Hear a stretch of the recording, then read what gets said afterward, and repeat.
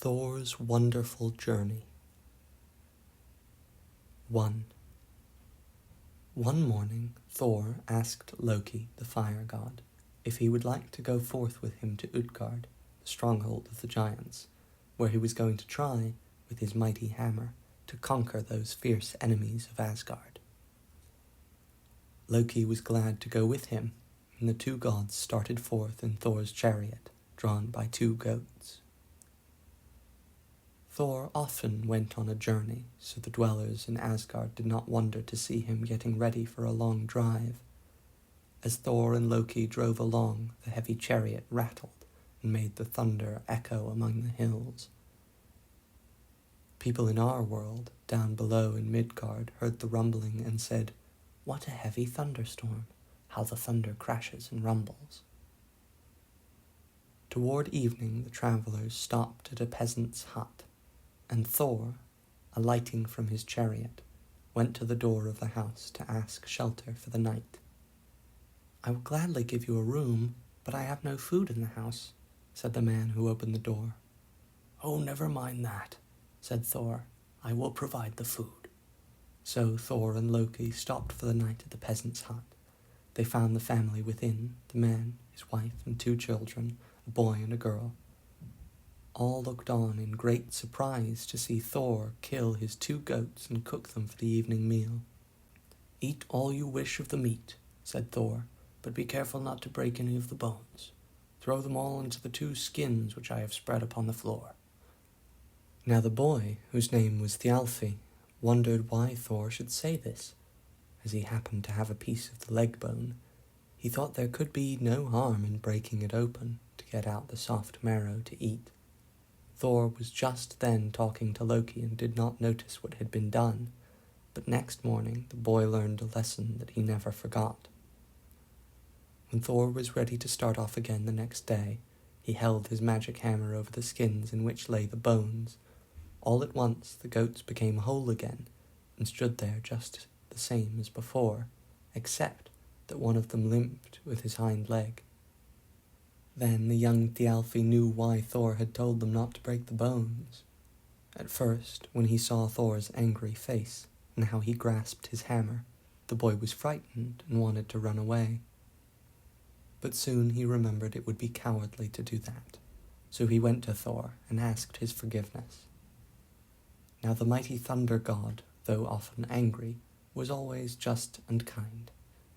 After scolding the boy as he deserved, he freely forgave him, and said that he and his sister might go along with Loki and himself on their journey. 2. The 4 started off after saying goodbye to the peasant and his wife, leaving in their charge the chariot and goats, for it seemed best to finish the journey on foot. At nightfall they entered a thick forest, through which they wandered on for miles, when all at once they came upon a house, and a strange-looking house it was. The wide front door opened into a big room. At the left was a small room, and just opposite the front door were 4 long, narrow rooms. The travelers wondered to find a house in the depths of the forest, but they were glad to have shelter for the night, and all lay down for a good rest. Soon, after midnight, they were awakened by groans and strange sounds, and the earth began to tremble. Thor sent his companions into the farthest room, grasped his hammer, and stood on guard by the door. At daybreak, he started forth to find out what had caused the noise. He had not gone far when he came upon a huge giant lying on the ground asleep, and Thor found that he was making the earth tremble with his snoring, which must have been the sound they had heard in the night. While Thor was looking at the giant, he awoke and spoke to the god. "Ho, ho! I think you, fellow, must be Thor, of whom I have often heard. But really, I did not think you were quite so small.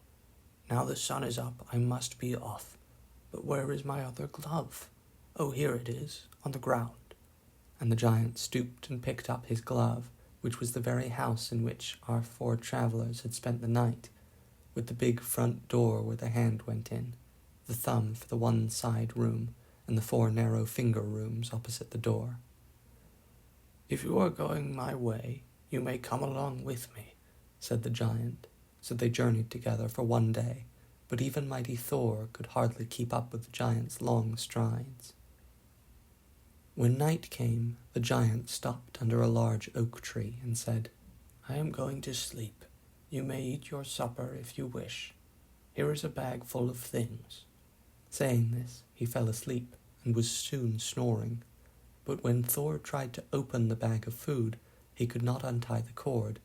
This made him angry, for the giant had tied up their food with his own.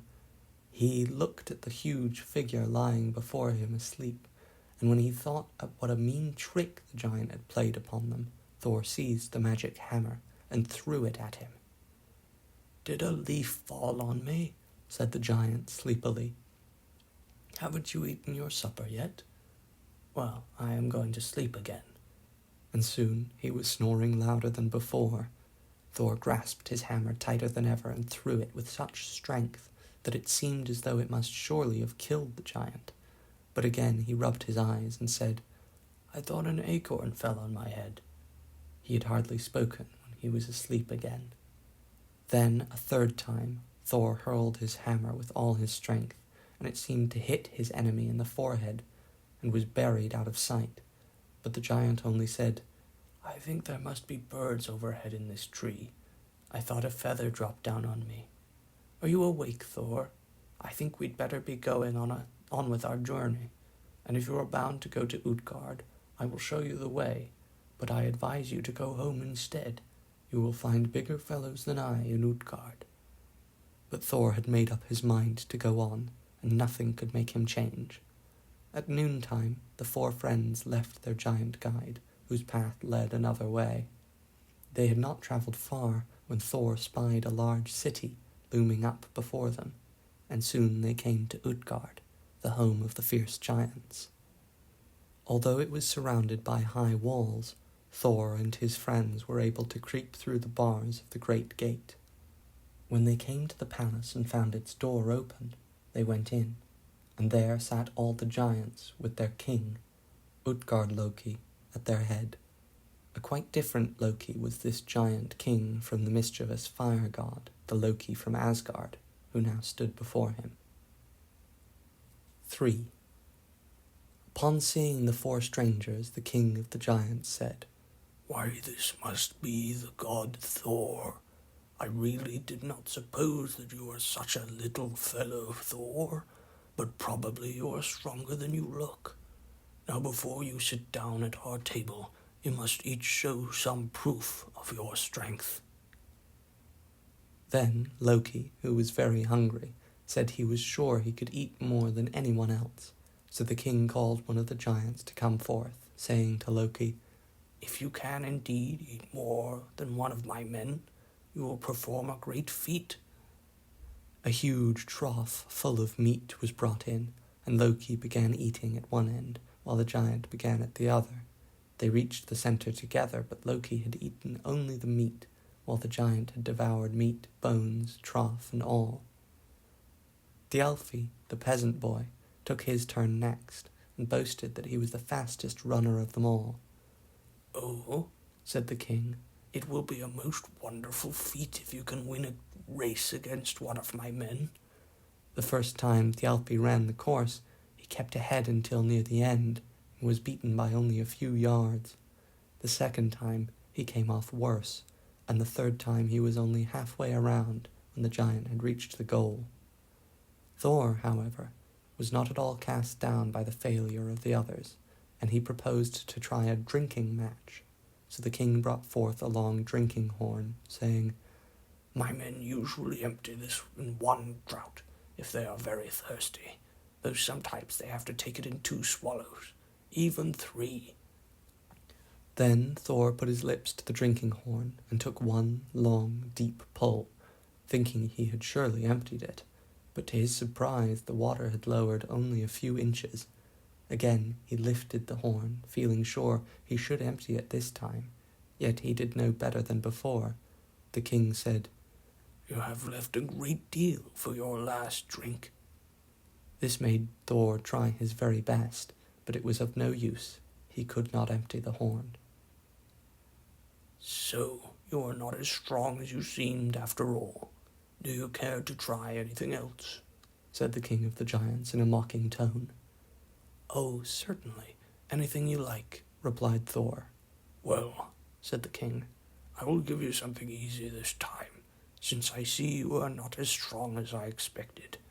You may try to lift this cat from the floor. It would be mere child's play for one of my men." Thor put out his hand to lift the cat, but he could raise only one paw, though he used all his strength. "Well, it is no more than I expected," said the king. "You boast of your strength, but you do not show it to us." By this time Thor was getting very angry, and he spoke fiercely. "I will challenge any one of you to fight me." The king looked about the hall to find someone small enough to wrestle with Thor, then said, "All my men are too large. I shall have to send for one of the women." Soon a bent old woman came hobbling in, and Thor thought it would be nothing to overcome her. But the longer they wrestled, the stronger the old woman became, and at last, when it was plain that she was going to win and Thor had been thrown down upon the floor, the king called for them to stop. Thor and his friends were then invited to sit down at the feast, and the next morning, after a good breakfast, they started their journey homeward. Utgard-Loki, the giant king, went with them to the city gate, and when he was about to leave them, said, "Do you find it as easy as you expected to overthrow the giants?" "No," said Thor, who was too honest to hide his shame. "I am vexed that I have done so little, and I know that after this failure you will all laugh at my weakness." "No, indeed," replied the king. "Since you are now well outside our stronghold, I will tell you the truth about what you saw there, and I will take good care not to let you get in again. You have greatly surprised us all, for we did not dream that you were so strong, and I have had to use magic to hold out against you. When you met the first giant in the forest, you would have killed him with your hammer, if he had not put a mountain between himself and you. Loki was a wonderful eater, but we matched him against fire, and who can devour more than fire? The boy was a swift runner, and I had to make him race against thought in order to beat him. What can be swifter than thought? The horn from which you drank was the ocean, and you took such a mighty draught that the people in Midgard saw the tide ebb. It was really not a cat you tried to lift, but the Midgard serpent, and you pulled him so far that we feared he would let go his hold. Then you wrestled with old age, and who is there that can overcome old age?"